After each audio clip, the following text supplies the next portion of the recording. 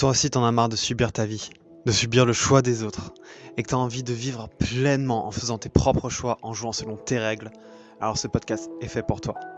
Je m'appelle Valentin Bray, et aujourd'hui, on reprend le contrôle. Et aujourd'hui, j'ai envie de te raconter en quoi le fait de me faire pousser les cheveux m'a appris à m'affirmer dans mes relations. Alors là, comme ça, tu dois pas voir le rapport, et je le comprends. Je vais te raconter une petite histoire. J'étais en repas de famille, je parlais de séduction avec mon frère, vu que je me suis beaucoup intéressé à ce sujet-là dans l'année 2020. Et il m'a dit un truc plusieurs fois qui m'a titillé, il m'a dit ouais mais passe chez le coiffeur, tu seras bien plus beau gosse, ce sera plus facile. Et en fait ce qui m'a le plus marqué, c'est que pour la première fois je me suis senti affirmé et j'ai eu une sensation étrange. Parce que je lui ai dit non mais tu vois pas ce que je vois. T'as pas ma vision, donc je comprends que tu puisses pas comprendre. C'est ok. En fait, c'est juste que j'étais tellement ancré dans cette décision de me laisser pousser les cheveux pour ne pouvoir les attacher. Je savais ce que ça allait donner. Je sais que ça me va bien aujourd'hui, maintenant qu'ils sont plus longs et qu'ils sont correctement attachés. Et lui, il pouvait pas avoir ça. Lui, il voyait juste le entre-deux. Tu sais, ce moment où tes cheveux sont à la fois trop longs pour que ce soit esthétique, mais à la fois trop court pour pouvoir les attacher. Du coup, ça ressemble à rien.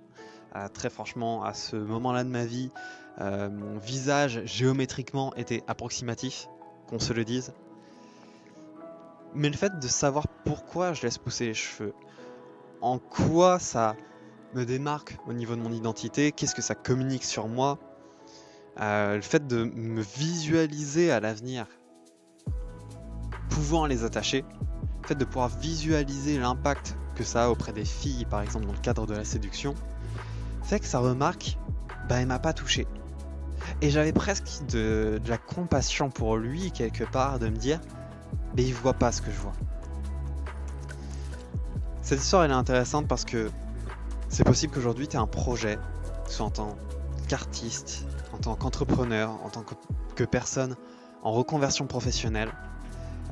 Peut-être qu'aujourd'hui, tu abandonnes la médecine pour monter un projet humanitaire.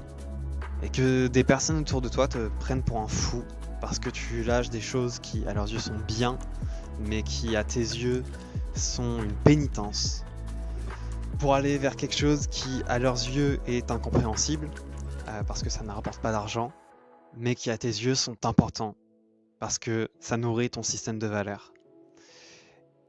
Et en fait, c'est ça que je veux te partager aujourd'hui très rapidement, c'est que plus tu seras ancré dans ta vision, plus tu arriveras à te visualiser avec précision, avec émotion, comme le toi du futur qui a déjà atteint ce que tu veux atteindre.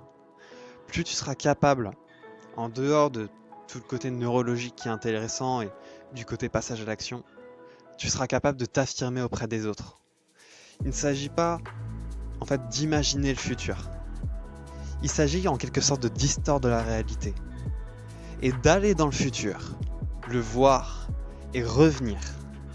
Et il s'agit de parler de ton projet comme quelqu'un qui revient du futur et qui parle aux autres de ce projet comme quelqu'un l'ayant vu matérialiser. Cette vision des choses, l'impact que ça va avoir, comme je disais, c'est en termes de communication, d'affirmation. Tu seras plus ancré face au regard des autres. Mais d'un autre côté, ça te permettra aussi de développer une force de vente. Parce que si aujourd'hui je veux développer mon projet d'entreprise dans le développement personnel, mais que je suis pas ancré, que je suis pas sûr, par exemple avec un collaborateur potentiel, que mon projet va fonctionner, il n'y a aucune chance qu'il ait envie de participer avec moi.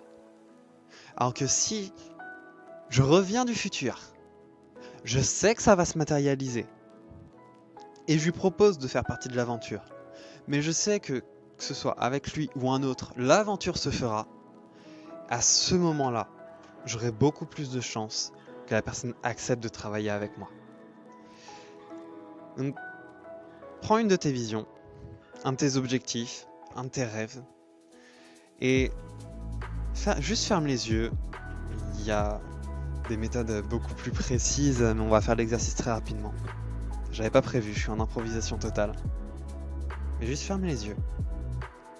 Inspire par le nez, expire par la bouche. Essaye de te relaxer. et pense à ce rêve. Pense à cette vision. Et crée une image de toi qui à l'avenir l'a déjà atteinte. Et tu peux comme approcher la caméra jusqu'à rentrer dans l'image, la vivre. Vois le moment où tu atteins cet objectif. Le moment où tu le célèbres. Qu'est-ce que tu ressens? Est-ce que c'est de la fierté? C'est de la joie? Est-ce que tu as des pleurs de gratitude ou non? Est-ce que c'est de l'enthousiasme? Est-ce que tu es avec des gens? Est-ce que tu célèbres seul? Vois ce que ça fait. Imagine maintenant que le temps passe et qu'on est un an après et que tu te souviens du moment où tu as réalisé ce projet. Et dans ta tête, c'est juste un souvenir d'une chose que tu as accomplie, que tu as déjà fait. Et c'est juste un rêve de plus que tu as exaucé à l'époque, qui aujourd'hui est quelque chose de tout à fait normal pour toi. Vois ce que ça génère en toi. Et toi qui as déjà atteint cet objectif, quelle action tu poses au quotidien? C'est quoi tes habitudes? C'est quoi tes croyances? C'est quoi l'environnement de travail dans lequel tu es? Je te laisse revenir ici et maintenant. Et là, on n'est pas allé en profondeur dans l'exercice, on le fait beaucoup plus en accompagnement. Là, c'est plus de la discussion, ce que je veux par le podcast, et je me suis un peu laissé emporter par moi-même. Mais une chose que je fais que je trouve intéressante en ce moment, c'est que parallèlement à mon business, j'ai un CDI. Et de temps en temps, tu sais, je me projette. Je me projette vivant pleinement mon business et quittant mon CDI. Et je sais qu'il y a un préavis de 1 mois.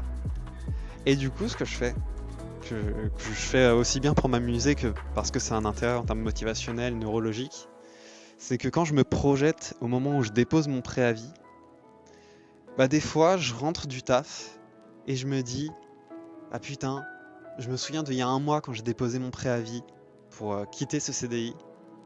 Et là, c'était ma dernière journée de taf. » Et je vois ce que je ressens quand je me dis « C'est la dernière fois que je prends le métro pour rentrer du taf à chez moi. » Et voilà, je te partage cet exercice qui n'est pas un exercice très précis, plus une expérience personnelle, mais je te laisse l'utiliser comme bon te semble. En tout cas, ancre-toi dans ta vision pour t'affirmer davantage. Pense à mes cheveux, voilà, si ça peut te rappeler ça plus facilement. C'était un podcast un peu plus court que d'habitude, je crois. Je n'ai pas la notion du temps, je te cache pas. En tout cas, j'espère que ça t'a plu. N'hésite pas à me faire tes retours en commentaire. N'hésite pas à me poser tes questions. N'hésite pas à me contacter si besoin. On se retrouve très rapidement pour un nouveau podcast. Prends soin de toi. À très bientôt.